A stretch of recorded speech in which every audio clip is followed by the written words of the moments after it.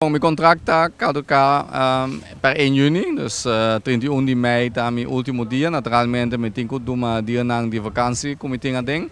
Pero bota pedi mi toch para mi quedo um tique mais largo para não tinha interim diretor mi por doen informação para por começar a tramessora ou wat dan ook. Toch a situação que está passando aqui não é só mais fácil, nem não é só mais agradável. Quanto assim? Não, me dá jammer, naturalmente, bosa como trabalho os últimos 5 anos para nosso airport by Dilante, me que nós está chegando no ponto que nós podemos começar a cosechar e fruto nang, tem plano grande para inversão nang de nosso airport, pero também nós tem diferentes inversionistas que estão interessados para começar a investir em área rond nosso aeroporto. Dus naturalmente sempre se vai sembrar esse minha nang porque cosechar também.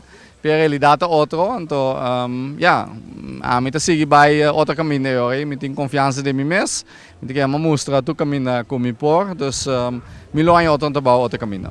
Que é o seguinte passo? Tem foco acaba em que direção vai? Bom, me interessa naturalmente também do turismo, me quero nós temos muito potencial do turismo como Curaçao, pero também como Antillas. Dus mi nota focus solamente riba Curaçao, pero quizás também Aruba, Bonaire, Sint Maarten. Tem hopi trabalho para o do assim, me quero nós temos hopi caminho para crescer, então me quero participar dessa. Netamente nós queremos mas compreender que tem isla de bicendário aqui está de negociação da conversão, isso aqui está quadra?